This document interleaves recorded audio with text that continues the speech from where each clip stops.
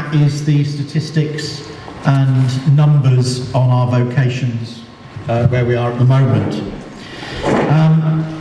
Since 2010, I've been maintaining the clergy retirement statistics for the nomination board in the diocese, and also providing statistics for our returns to the province. Since 2014, I've been doing this with more analysis for the bishop's staff, and we have a regular slot on the senior staff agenda where we look at what the bishop laughs, what I've called clergy movements. So I've been looking at these statistics for a long time, and I can see the patterns that have developed. So our current status at the moment is that we have, of our serving clergy, 79.5 serving clergy. Now the 0.5 is a stipend rather than a person, obviously, it's not me. The 0.5 is a person. We have 9 non-stipendiary ministers and currently 18 NSMLs. Now our current forecast by the end of 2025, taking into account all of our known clergy movements, is that our stipendiary clergy will be 77.5 at the end of the year, our NSMs 9 and our NSMLs 16. Now, as you can see, that means that we're ending up less than we started, which is a bit of a concern. Our current number of stipendiary clergy, how we break that down.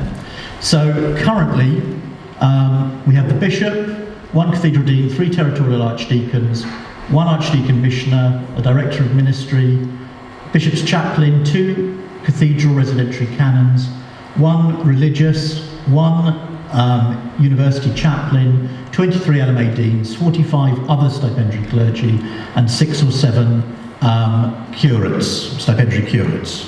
That's because that number quite often fluctuates. So it gives us a total of 87. We fund the clergy from a number of different sources. So the representative body funds directly from source the bishop and the stipends and pensions for the dean and the 2 cathedral residentiary canons. The director of ministry is funded from the training budget, not the stipends budget, and the ministry share funds 23 LMA deans and 23 other stipendiary clergy. The DBF funds, via various funding and reserves, all the other clergy. So 36 of the clergy are directly funded by the DBF from other sources. So when people moan about ministry share and the level of it, you can see that actually a huge proportion is paid for by other sources. If we had to ask each parish to pay, each LMA to pay for all the clergy, you can see that actually it would be considerably more than we're asking now. So I think people need to have a slight reality check as to how heavily subsidised our clergy actually are at the moment, and how heavily subsidised the LMAs are. Right, our serving clergy by type, to give you a sort of a breakdown as to how many percentages that works into, about 74% of our clergy are the serving clergy. 9% make up the NSMs and 17% make up the NSMLs, which means that roughly just over a quarter are non-stipendiary in some form or another. But still the vast majority of clergy, nearly 75%, are stipendiary. Our clergy by gender split is really good. We're actually completely 50-50 at the moment. It's the first time we've ever achieved that, and my predictions are that actually it will swing, that we will have more female clergy than male clergy within the next 5 or 6 years. So that is quite a healthy figure. Though of course if it was representative of our churches, we'd probably be about 80% women and 20% men. We have 42 of the stipendiary clergy are men, that's about 39%. 5 of the NSMs are male, and 6% of the NSMLs. Now, it's really interesting that it's the first time for a long time that we've had more NSMs as men than women, because usually it always used to be there were more women as NSMs than there were men. When we go to the female side, we have 37 stipendiary clergy, about 35% of the total. Then we have 12 NSMLs and 3 NSMs. Now, one of the reasons I think we've had a slight change is that a number of our NSMs, especially our female NSMs, have now become stipendiary. So that's sort of changed that balance slightly. But you will notice that NSML, it's still much more women than men. Now, when we start looking at age breakdowns, this becomes a bit more scary. Under 30, we have no clergy at the moment. We have no serving clergy under 30. Between 31 and 40 years old, we've got 4 of them, which is about 4%. Between 41 and 50, we have 16 clergy, which is 15%. Between 51 and 60, which is the clergy in their prime, because I'm in that group, is 34 or 32%. Between 61 and 67, we have 30 clergy, which is 28%. And then 68 to 70, we've got 8 clergy, 7%. And then 71 to 74, we've got 7 clergy. And 75 to 80, we've got 7 clergy. Now, all the ones at the top end are NSMs or NSMLs, because stipendiary clergy have to retire at 70. Our stipendiary clergy break down by age. Well, under 30 is obviously none. Our 31s to 40s, 4 of them. 41 to 50, 15. 51 to 60, 32. 61 to 67, 27.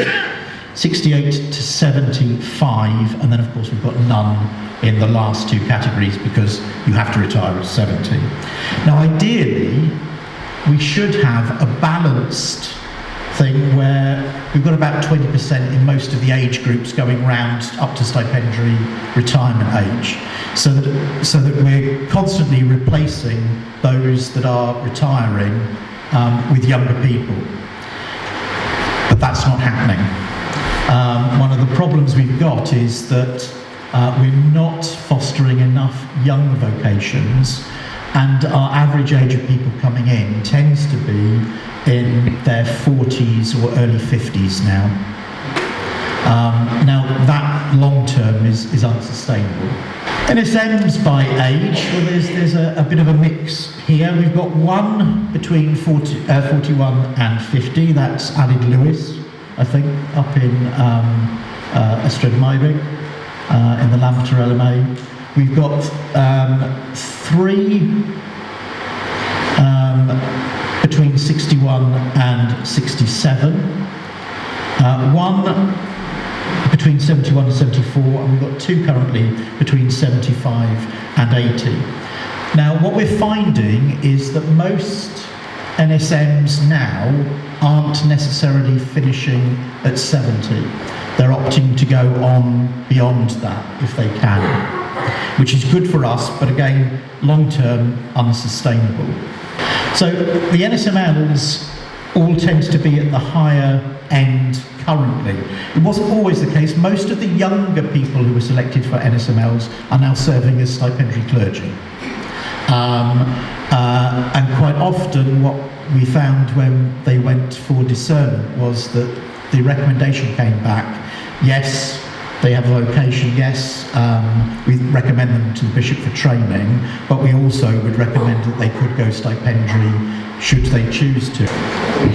So our breakdown with those, we've got 2 between 51 and 60, 3 between 61 and 67, 2 between 68 and 70, 71 to 74 we've got 6, and between 75 and 80 we've got 5. So as you can see, a retirement bubble is going to come very quickly with NSMs and NSMLs. So, in the short to medium term, that's the next 10 years, you can see here the level of clergy retirements. The problem years are going to hit us in 2032, 2033 and 2034, where we lose 4, 5 and 6 respectively stipendiary clerics. Averaging at the moment round about 2 a year we're losing at the moment, but you can see it's going to spike. With the NSM and NSML retirements, 2027 and 2032 are going to be years where we're going to notice that something is going is wrong. So that will be 11 clergy taken out in just those 2 years. So our NSM and NSML numbers are going to deplete fairly rapidly, fairly quickly. Long term, so that's going up to 20 years' time, we have another spike area again. So we've got 4 in 2038, but 2041, which must have been a bumper year, we've got 8 going, 5 going in 2042, and 4 going in 2043, at which point I would stop doing the statistics because that would be me going along with those. Long-term retirements then for NSM and NSMLs, this is where it starts getting a little bit more frightening. Although it says only 1 each year, you're going to see that there's not many left. Right, so in order to replace people, we obviously need to encourage vocations to the ordained ministry and to have ordinands. Now our current ordinands, as you can see, we have more female ordinands than we have male ordinands currently. This, I think, is a legacy of Bishop Joanna's, because we discovered that we bucked the trend in the rest of the church in Wales when we had Bishop Joanna, and we had a lot more female vocations than we had before. We've gone up since Bishop Dorian came in, because we at one point had no male vocations, and we've gone up now with our ordinands. We should technically have 4 men in that category, but unfortunately one of our ordinands has found love and is going to join the diocese that his fiancée is in. Now, by gender and type, we can see that our stipendiary clergy will take all of the male clergy. So of those 3 male ordinands, they're all going for stipendiary ministry. Of the 8 women, 7 are going for stipendiary, and only 1 is currently as an NSM. What is very obvious is that non-stipendiary ministry seems to be dropping off very rapidly in the diocese.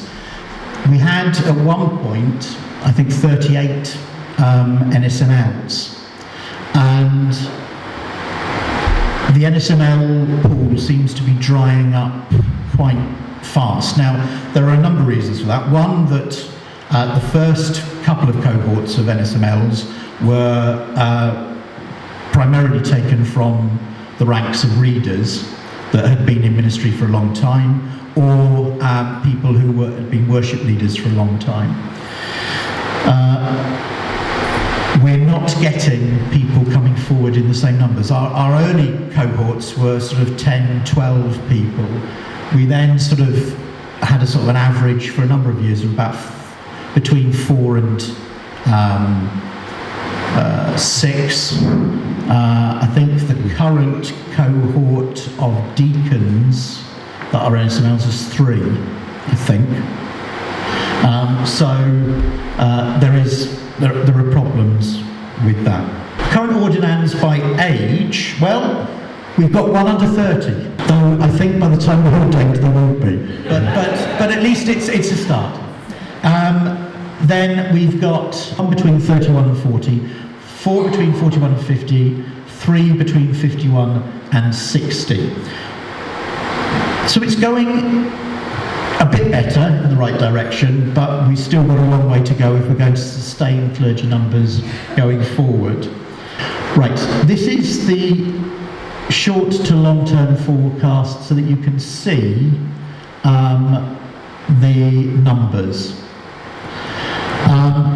Now you will see that I can put in for the next 3 years where we're going to get new clergy, because they're the ones currently in training.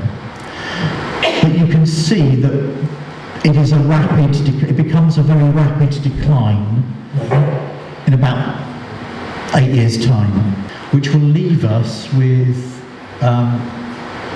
if we don't recruit, just over 20 clergy in 20 years' time. So that's showing you the retirement peaks as they're going to happen. 2026 is going to be a great year. We're actually going to have more people coming in than are leaving, which is brilliant. But how long that will last for, we don't know. We've got to keep the vocations up. When we look at the NSM thing, it becomes even more rapid. You can see that the decline is bad, and we'll be under 5. In fact, we'll be 3 in 2045 unless we recruit to NSMs. And let's be honest, the NSM ministry is propping up a large part of the diocese at the moment. And without the NSMs to support the stipendiary clergy and to fill gaps where we would normally have had a stipendiary cleric, we're going to have real problems. There you can see the spikes over the period and the one person coming in 2026. Right, so the stark reality is that without sustained and planned recruitment, by the end of 2045 we will be 1 bishop, 24.5 stipendiary clergy, and 3 NSM or NSML clergy. So that shows you how frightening it could be, and without church closures, that's sort of working out around about 10 churches each. So what next? Well, we need to have a programme of recruitment to stipendiary and non-stipendiary clergy that at least equals the numbers that are being lost each year. We need to ensure that our recruitment is across all ages, but we need to focus heavily on younger stipendiary candidates in order for us to go forward. The big problem we've got is that we don't have the young people in the churches. That is the big problem. We can't recruit people who aren't there. So we've got to seriously consider our youth, children and families programme, which was put as the chief priority by the Diocesan Conference. And we're in that year, the year of children, youth and families this year. We need to seriously look at how we foster younger vocations. We also need to be very watchful of our current congregations to see where the talent pool lies. Now, I'm not saying ordain everybody who does anything in church, because then you'll have no congregations. But we need to look at those people who may need just a slight prompt or a prod, that perhaps God is calling them to something great, something different, that is more to do with ordained ministry. Now, you'll notice I've got no statistics for the readers, because the readers' lists up until recently have not been consistent as to which readers we've got and which readers we haven't got. But I can tell you that the readers have depleted considerably over the last 14 years. We started with about 80 odd readers. The NSML programme took out about 20 of them. And that horrible term, natural wastage, I'm afraid has taken a number of others.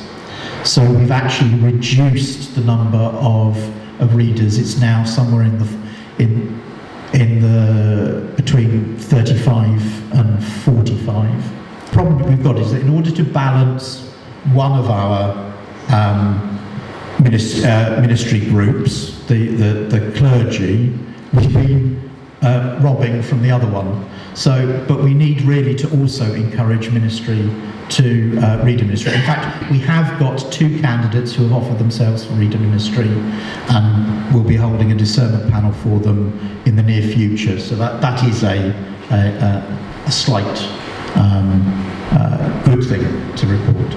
Does anybody want to ask any questions or make any comment? Thank you, Paul. That was very instructive and helpful to see everything laid out so clearly.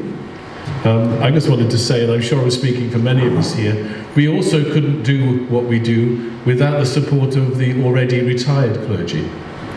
Because in the area where I work, I have 2 retired clergy who support the ministry of the 8 churches that Heidi and I are responsible for.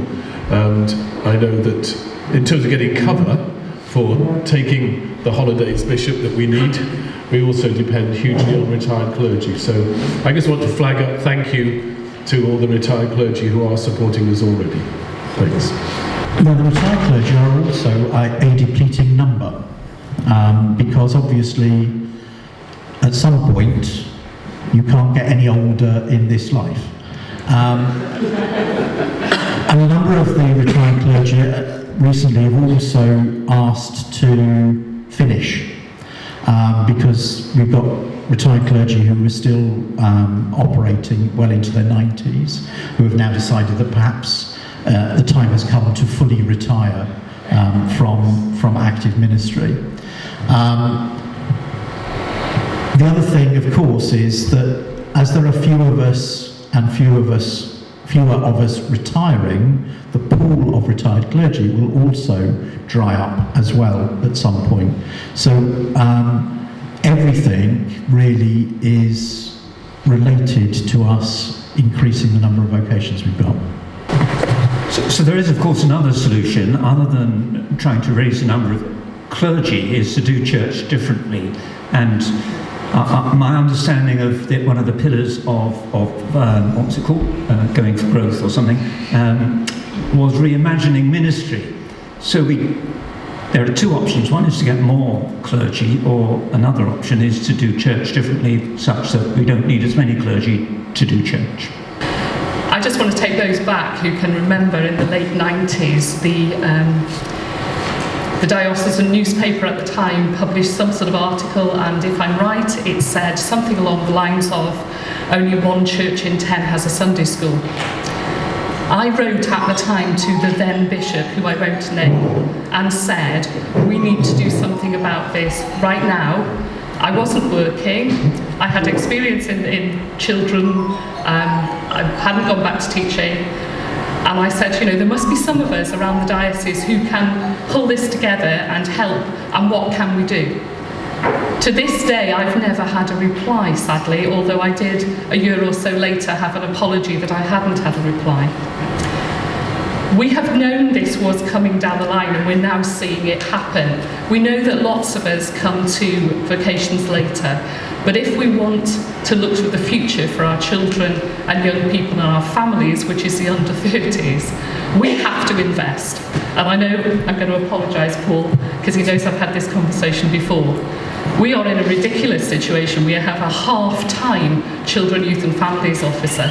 And I know we can say we can't afford it, but there is money in the gaps that we've got between the clergy and what we're funded. And if we don't make a choice to put more funding there for children, youth and families work, then it is not going to improve the very end of the age groups that we want to do. So we have to find ways forward. Really, we have to make an assessment of where we are and what is needed. When I was involved with the Diocesan Youth Committee in the early 90s, and you'll remember me being involved, the budget for youth work in the diocese then was £1,000 a year. It was ridiculous then, And even as I mention it, it's ridiculous now. I agree with you. We've got to focus upon how we're going to go forward with regards to outreach to our young people and how we can do that effectively and realistically.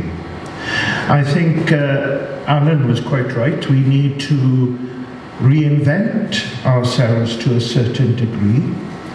And although the sacramental ministry is vitally important to the life of this diocese, it's not the only ministry.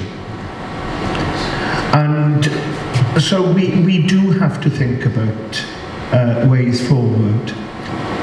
Young people have a contribution to make.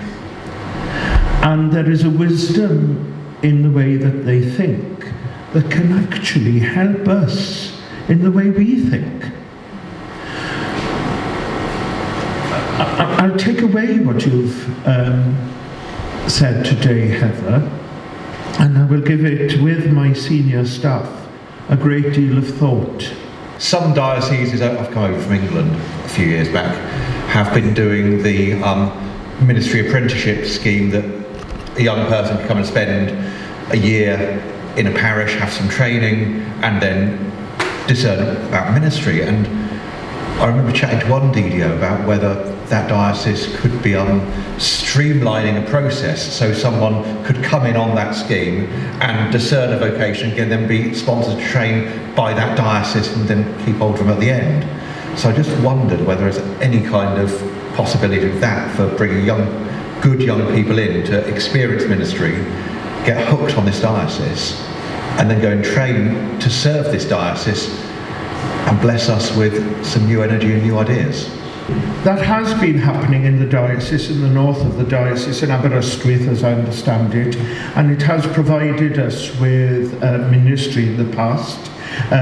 Unfortunately, they don't stay with us for a long period of time, because I think Offansdyke sometimes is very tempting what's going on there, and in other dioceses as well. But we are looking at internships in the diocese with projects that we intend to make reality in the diocese. Yes, if they're there, we will use them. And if they want, we will support them. And if we can, we will ordain them.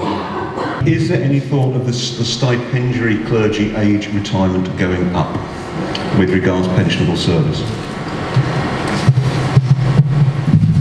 There's no plans currently that I'm aware of to increase the stipend age, but there is at RB level discussions about that if you do more than 40 years and you are below 70, that you may actually be able to augment your pension a little bit more again.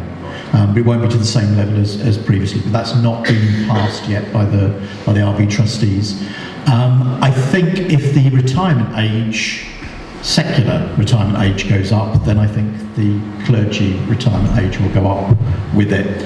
But there doesn't seem to be currently any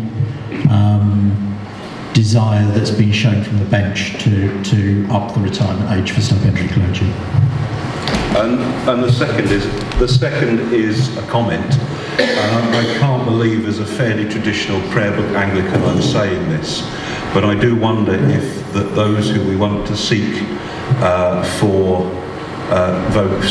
we want to encourage to seek their vocations, the point we need to start from is their faith rather than their practice.